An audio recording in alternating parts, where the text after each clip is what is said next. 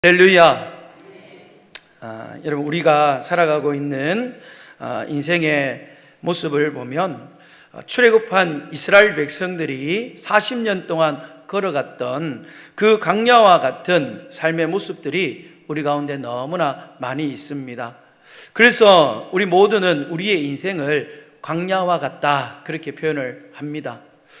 또 우리의 인생은 모두 다가 경험이 없어요. 다 처음 걸어가는 길입니다. 그러다 보니까 우리의 인생의 길을 초행길이다라고 그렇게 표현을 하기도 합니다. 여러분, 그렇다 보니까 광야와 같은 우리의 삶, 아무도 경험해보지 못했던 그 인생의 길이 언제 어디서 어떤 일들이 일어날지 우리의 상황과 환경을 우리는 전혀 모릅니다. 그래서 우리는 인생의 길을 걸어갈 때에 우리의 마음속에 항상 불안한 마음과 두려운 마음이 가득할 때가 많이 있습니다. 저는 말씀을 생각하면서 이런 생각을 해보았습니다. 이 광야 같은 우리의 인생의 이 초행길에 내가 걸어가야 될 길들을 하나님께서 그때마다 좀 가르쳐 주시면 얼마나 좋을까? 또 어떤 방향으로 가야 될지 알려주시면 얼마나 좋을까? 그런 생각을 해보았습니다. 그리고 고난을 당하고 있는 고난의 순간에는 이 고난의 시간이 얼마 남아 있는지, 또 하나님께서 그 고난이 끝나고 난 이후에 우리의 삶을 어떻게 회복시켜 주실지 좀 그거를 알려주시면 참 좋겠다, 그런 생각을 해보았습니다. 이건 저만의 생각이 아닐 거예요. 광야 같은 인생을 살아가는 여러분의 마음에도 동일한 생각이 있을 겁니다. 오늘 우리가 함께 읽었던 말씀 출애굽기 15장에는 이스라엘 백성들이 광야의 여정 중에서 아주 특별한 삶의 여정이 4군데가 나옵니다. 오늘 이 4군데의 장소는 출애굽을 시작했던 홍해가 첫 번째 장소고, 또 광야의 생활에서 처음으로 이스라엘 백성들이 출애굽하고 고난을 겪었던 수르 광야, 마라의 샘이 두 번째 장소입니다. 네 번째 장소는 바로 그들이 하나님의 선하심을 경험해왔던 그 수르 광야와 마라를 지나고 난 뒤에 네 번째로 만났던 장소는 바로 엘림이라는 장소입니다. 여러분, 이 장소는요, 이스라엘 백성들에게 있어서 놀라운 은혜와 기쁨을 경험한 장소이기도 합니다. 또 어떤 장소에서는 뼈아픈 실패와 고난을 맛보았습니다. 그러나 분명한 것은 무엇이냐? 우리 하나님께서는 이 모든 장소를 통하여서 이스라엘 백성들 가운데, 광야 생활 가운데 하나님의 은혜의 역사를 경험하게 하셨습니다. 모든 사건들 가운데에 그들에게 그 믿음의 역사 가운데에 우리 하나님은 믿음의 교훈을 주셨습니다. 그래서 이 지역은, 네 장소는 이스라엘 백성들에게 있어서는 너무나 중요한 믿음의 장소들이었습니다. 저는 오늘 이 시간 이스라엘 백성들이 지나갔던 그 광야의 여러 장소들을 이끄셨던 하나님의 뜻은 무엇인지, 왜 하나님께서 그 이스라엘 백성들을 그 광야로 이끄셨는지 우리가 함께 생각해 보고, 또 그들이 어떻게 그 장소에서 믿음으로 반응했는지를 우리가 함께 살펴보면서 저와 여러분에게 은혜가 넘치시기를 주님의 이름으로 축원합니다. 하나님께서 우리의 인생을 광야로 이끄실 때 우리는 어떻게 해야 되느냐? 첫 번째는 구원의 은혜를 찬양해야 됩니다. 한번 따라해 봅시다. 구원의 은혜를 찬양하자. 좀 큰 목소리로 한번 따라해 봅시다. 구원의 은혜를 찬양하자. 할렐루야.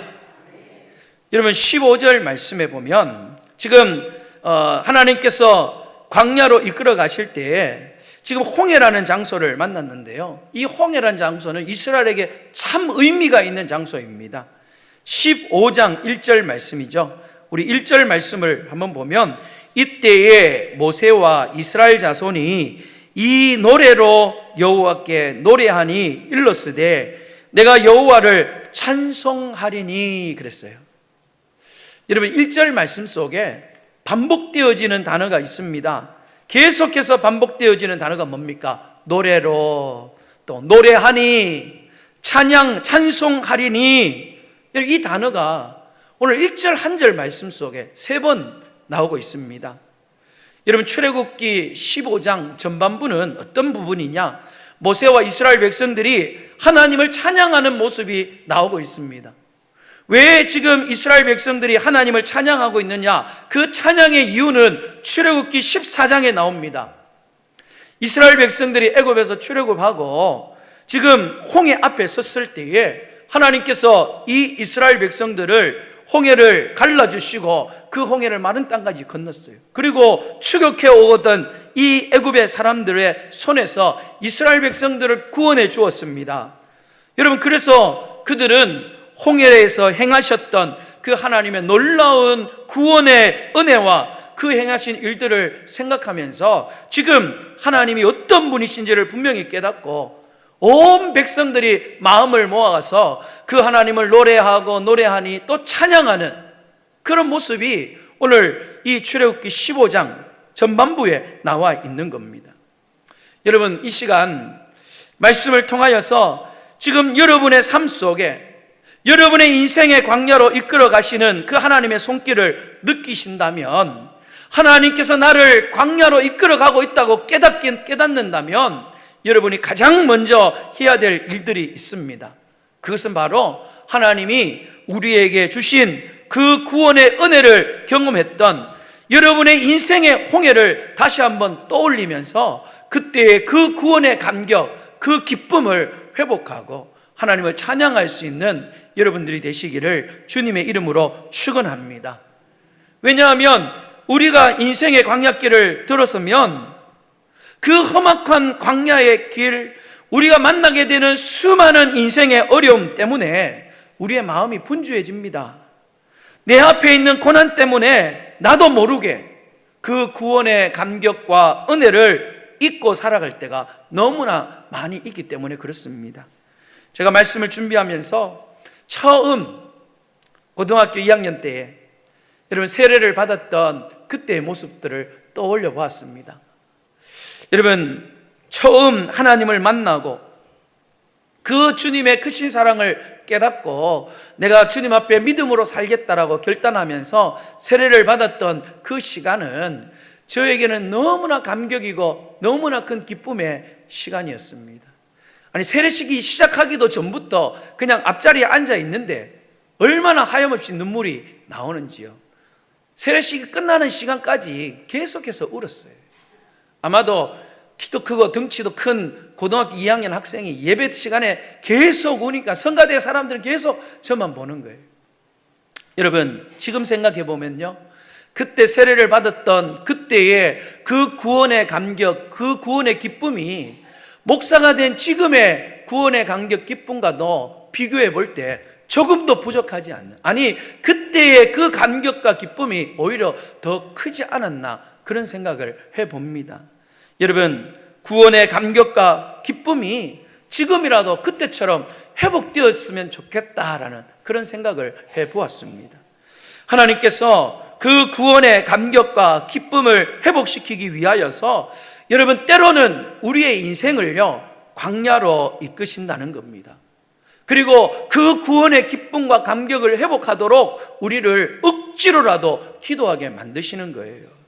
그렇게 구원의 감격과 기쁨을 회복하게 되면 우리에게 나타나는 자연스러운 모습이 있습니다.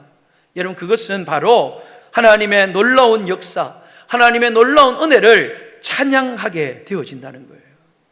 성령님께서 무뎌졌던 우리의 마음에, 강팍했던 우리의 마음에 구원의 감격을 다시금 새롭게 함으로 말미암아 놀라운 하나님의 구원의 은혜를 찬양할 수밖에 없도록 만드시는 거예요.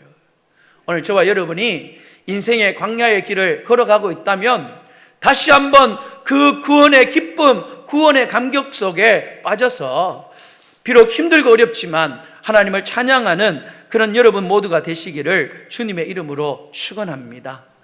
이번 한 주간 동안 여러분의 삶의 자리마다 모든 순간마다 여러분, 다른 것 생각하지 말고 나를 구원해 주신 그 하나님의 구원의 은혜, 그 구원의 기쁨을 생각하면서 감사하며 찬양으로 아름다운 믿음의 고백을 할 수 있는 여러분 모두가 되시기를 주님의 이름으로 축원합니다.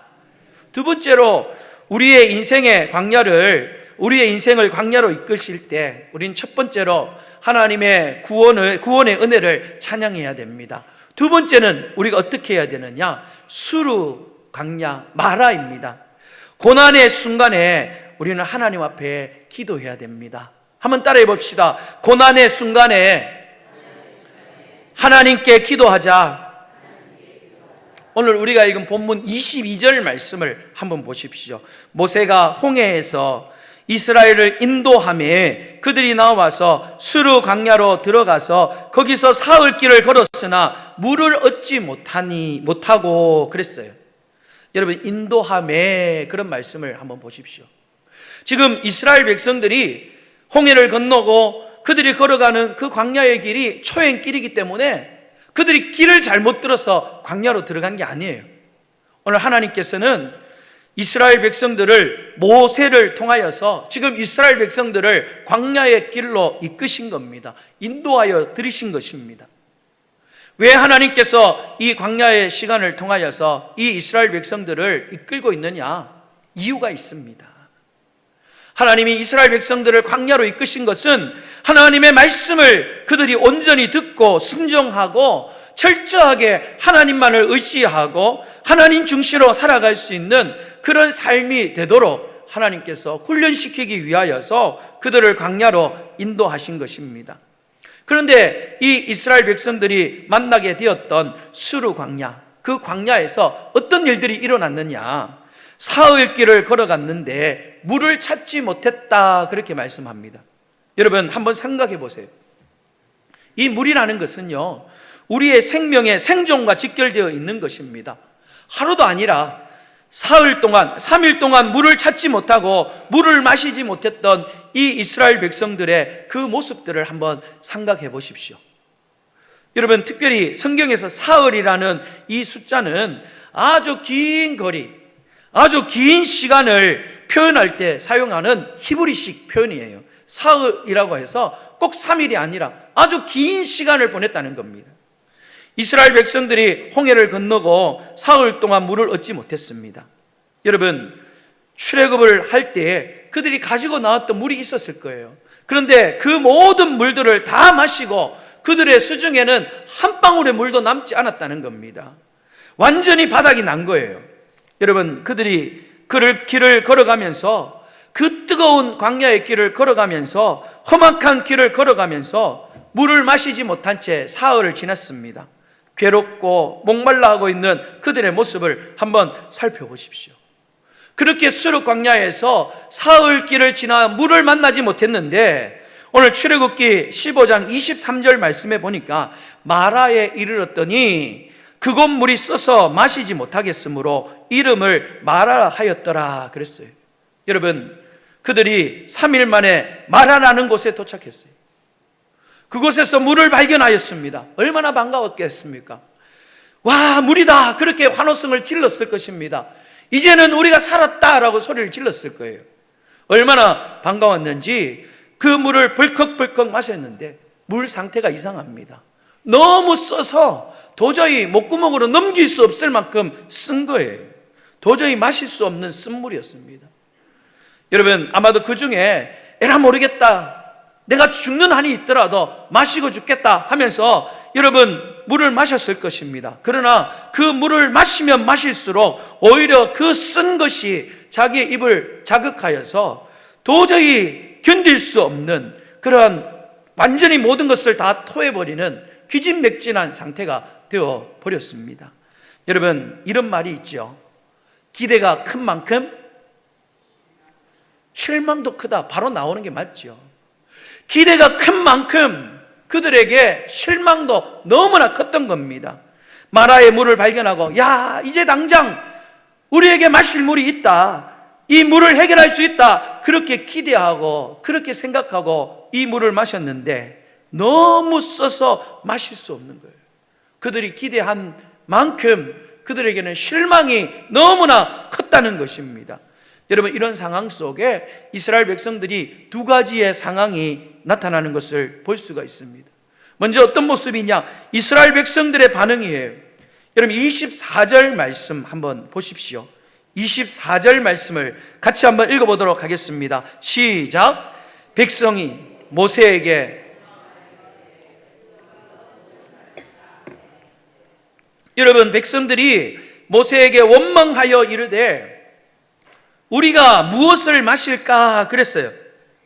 여러분, 백성들이 정말 정중하게 모세님, 우리가 이제 뭐 먹죠? 그렇게 이야기했을까요? 말씀해 보면 원망하여 이르되 그랬어요. 여기에서 이 원망하다라는 단어는요, 불평하다는 거예요. 비아냥거리다는 거예요. 투덜거린다라는 의미가 담겨져 있습니다. 이스라엘 백성들이 그냥 우리가 이제 뭘 마십니까? 그렇게 이야기한 게 아니에요. 불평하면서 또 비아냥거리면서 투덜거리면서 우리가 무엇을 마실까? 이렇게 이야기했어요. 제가 어제 저녁에 연습을 해봤습니다. 어떻게 이 이스라엘 백성들이 이야기했을까? 모세, 네가 한번 먹어봐라. 이것도 무리가. 좀 비슷합니까? 어색하지요? 어색했으면 좋겠다 싶은 생각이 들었어요. 왜냐하면 이 말은 원망하는 말이에요. 비아냥거리는 말이에요. 비웃는 말이에요. 지금 이스라엘 백성들이 네가 한번 마셔봐라. 이게 무리가. 그러면서 모세를 원망하고 모세를 비아냥거리는 거예요. 불평이 가득한 목소리로 모세에게 향하여서 비아냥거리고 투덜거리는, 우리가 뭘 마실까 하는 이 이스라엘 백성들. 여러분, 사흘 만에 홍해를 지났던 그 하나님의 구원의 은혜, 그들이 감사하고 기뻐하고 찬양했던 그들의 모습은요, 오늘 이 마라의 쓴물 앞에는 전혀 발견할 수가 없었습니다. 그 감사, 그 기쁨의 고백이요, 사흘 만에 완전히 원망과 불평과 비아냥거리는 소리로 바뀌어 버렸다는 거예요. 사흘간 수르 광야를 지나면서 그들이 처음 경험했던 그 고난의 시간 앞에 애굽에서 가져왔던 물이 다 사라진 것처럼 그들의 마음속에 있었던 하나님을 향한 감사와 기쁨의 마음들이 다 사라져 버렸습니다. 점점 더 그들의 마음은 밑바닥이 드러나기 시작했습니다. 그동안 참고 참았던 그 불편의 마음들이, 원망과 불평의 소리가 모세를 향하여 쏟아져 나왔다는 거예요. 그런데 여러분, 오늘 그 원망과 불평을 들었던 모세는 어떤 반응을 보였습니까? 25절 말씀을 우리 같이 한번 읽어보도록 하겠습니다. 25절 말씀 같이 읽겠습니다. 시작. 모세가 여호와께 부르짖었더니 여호와께서 그에게 한 나무를 가르치시니 그가 물에 던지니 물이 달게 되었더라. 거기서 여호와께서 그들을 위하여 법도와 율례를 정하시고 그들을 시험하실세. 아멘. 여러분, 부르짖었다라는 표현이 나옵니다. 오늘 여기에 부르짖었다라는 이 표현이 어디에 나오느냐? 출애굽기 1장에 나옵니다. 출애굽기 1장. 출애굽기 1장에 언제 부르짖었느냐? 이스라엘 백성들이 애굽에서 종로를 탈 때에, 여러분, 그 삶이 너무나 괴롭고 너무나 고통스럽고 그들이 신음하면서 어떻게 했느냐? 하나님 앞에 부르짖었습니다. 여러분, 그때 부르짖었다라는 단어가 지금 이 마라의 쓴물 앞에, 백성들의 원망과 불평 앞에 하나님 앞에 부르짖는 모세의 부르짖음과 똑같은 겁니다. 여러분, 모세의 심정이 어떤 심정인가를 여러분들이 아시겠습니까? 애굽에서 고통당하고 있던 그만큼 모세의 마음은 고통스러운 거예요. 지금 출애굽한 지도자로서 어떻게든지 이 백성들을 위로하고 격려하고 다독거리고 있는데, 백성들은 자기들을 향하여서 자신을 향하여서 원망과 불평의 소리를 쏟아놓고 있습니다. 여러분, 그러한 상황 속에 이 모세는 너무나 고통스럽고 답답하여서 하나님 앞에 부르짖고 있는 겁니다. 여호와께 부르짖었더니 그렇게 말씀했어요. 모세는 그 고난의 순간 여호와께 부르짖으며 기도했습니다. 하나님을 찾으며 하나님 앞에 기도하였어요. 사랑하는 여러분, 오늘 하나님께서 오늘 말씀을 통하여서 우리에게 지금 깨닫게 하시는 것이 있습니다. 그것은 바로 고난의 순간에 여러분들이 이스라엘 백성들처럼 하나님을 향하여서 또 때로는 사람들을 향하여서 원망하고 불평하지 말라는 거예요. 이 고난의 순간에 모세와 같이 하나님을 향하여서 간절히 부르짖고 기도하여 반드시 응답하고 그 고난의 상황을 변화시키시는 하나님의 은혜를 경험하라. 그렇게 오늘 하나님께서는 분명하게 우리에게 말씀해 주고 있습니다. 간절히 하나님 앞에 부르짖어 기도했던 모세에게 하나님께서 응답을 주셨습니다. 그에게 나무가지 하나를 가르치시고 그 나무를 물에 던지라고 말씀하시고 그 나무를 물에 던지니까 물이 달게 되었어요. 여러분, 사람들은요, 지금 하나님께서 부르짖어 기도하라는 거기에 집중하지 않고 어디에 집중하느냐? 이 나뭇가지가 뭘까? 이 나뭇가지 나에게도 좀 하나 있었으면 좋겠다. 그래서 내가 고난의 순간에 나도 모세처럼 한번 써 먹어보면 좋겠다. 그런 생각을 많이 합니다. 거기에 대한 관심이 많아요. 그러나 오늘 본문의 말씀은 우리에게 무엇을 말씀하느냐? 그 마라에 쓴 고통의 순간, 그 쓴 물을 단물로 바꾼 것은 나무의 효능이라고 보기보다는 하나님께서 그렇게 역사하셔서 그 물을 달게 해 주셨다는 거예요. 오늘 그 사실을 우리에게 말씀해 주고 있습니다. 여러분, 우리가 인생의 길을 걸어가다 보면 수르와 같은 광야, 마라와 같은 쓴물과 같은 그런 상황을 만나게 됩니다. 때로는 경제적인 문제가 수르의 강야와 같이 마라의 쓴물과 같이 우리를 힘겹게 하고 어렵게 할 수도 있습니다. 때로는 건강의 문제가 마라의 쓴물과 같이 늘 건강만큼은 자랑해 왔는데 전혀 예상치도 못했던 그런 질병의 소식을 듣고 우리는 수르 광야와 같은 어려움과 마라의 쓴물과 같은 우리의 마음에 쓴 마음을 가질 때가 많이 있습니다. 남들이 다 힘들고 어렵다고 해도 그래도 하나님의 은혜 가운데 지금까지 잘 유지해왔던 우리의 사업장이 또 내 삶의 생업들이 갑자기 어려움이 찾아오는 그런 마라의 쓴물을 경험하는 성도들도 있습니다.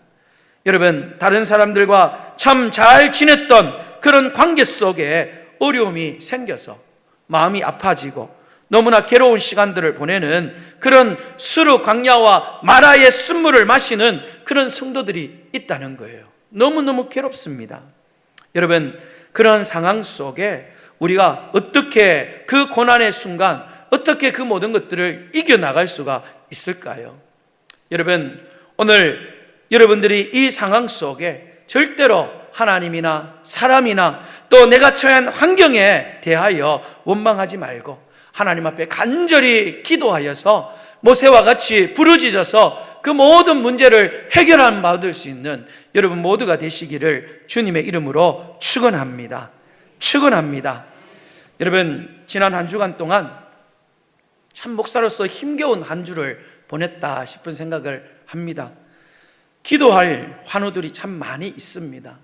여러분, 정말 간곡하게 부탁하고 싶은데요, 여러분, 우리가 기도해야 될 때입니다.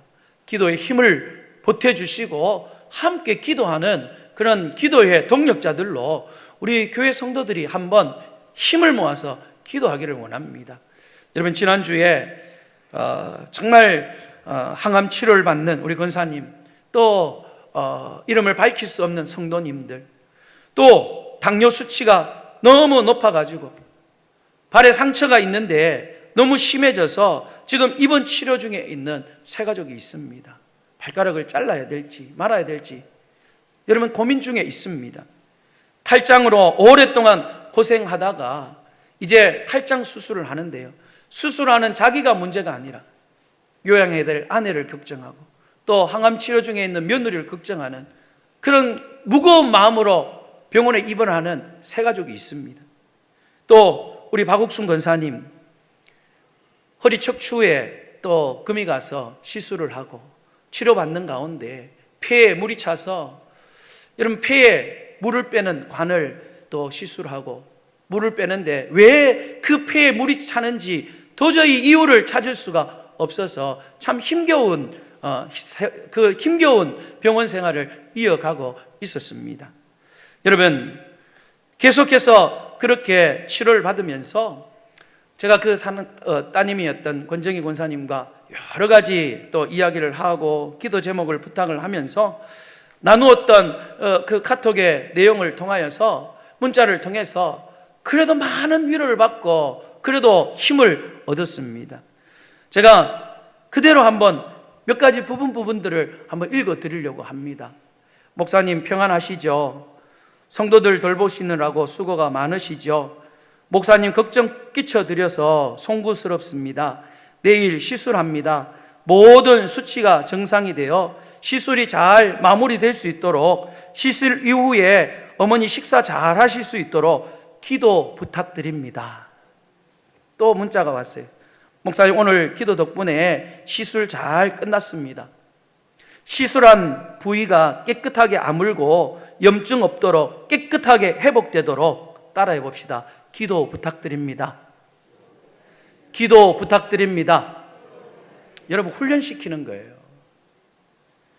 또 문자가 왔습니다. 목사님, 폐에 물이 차올라 오른쪽 폐에 물을 빼는 시술을 진행합니다. 후유증이 생기지 않도록, 폐에 구멍이 나지 않도록, 그리고 물이 차는 원인을 분명하게 알 수 있도록 따라해 봅시다. 기도 부탁드립니다. 목사님, 성도들의 기도 덕분에 잘 이겨내고 있습니다. 목사님 기도 덕분에 또 초음파 판독 가운데 심장으로 인하여 물이 찼다는 원인을 찾게 되었습니다. 후유증 없이 회복될 수 있도록 따라해 봅시다. 기도 부탁드립니다. 감사합니다. 아멘, 아멘, 감사합니다. 여러분, 얼마든지 원망하고 불평하고 불편해할 수 있는 그런 상황입니다. 그런데 따님이 문자를 보낼 때마다 기도 부탁드립니다. 기도해 주셔서 잘 회복되었습니다. 아멘, 아멘, 감사합니다. 여러분, 목소리에 조금도 구김이 없어요. 힘겨운 상황인데, 응급 상황인데도 불구하고 기뻐하고 감사함이 넘치는 목소리로 목사님 기도 부탁합니다. 목사님 기도해 주신 덕분에, 성도님들이 기도해 주신 덕분에 승리하고 있습니다. 여러분, 이렇게 고백할 수 있는 이유가 무엇일까요? 너무나 뻔한 답이지만 기도하기 때문에 그렇습니다. 기도의 능력을 믿기 때문인 줄로 저는 이해했습니다. 여러분, 우리에게 수르 강야 마라와 같은 상황 속에 하나님은 우리를 억지로라도 이끌어 가실 때에 절대로 우리 하나님은요, 우리가 감당할 수 없을 만큼 고난의 시간으로 이끌지는 않습니다. 하나님 반드시 우리가 감당할 수 있을 만큼의 시험을 우리에게 주시고, 또 시험 당할 즈음에는 반드시 우리에게 피할 길을 여시는 하나님이시고, 그 고통의 상황을 치유하시고 회복시키시는 하나님이신 줄을 우리는 믿고 있습니다. 그러므로 여러분, 이번 한 주간도 하나님께서 우리의 삶을 인생의 광야로 이끌어 가실 때에 그 순간순간마다, 그 자리마다 여러분 하나님을 찾고 그 하나님 앞에 부르짖어 기도하는 기도의 자리로 만들어서 여러분 우리도 승리하십시다. 우리도 그 고난의 광야를 이겨나갈 수 있는 여러분 모두가 되시기를 주님의 이름으로 축복합니다. 마지막 세 번째로, 하나님이 우리를 광야로 이끄실 때에 세 번째 장소는 엘림입니다.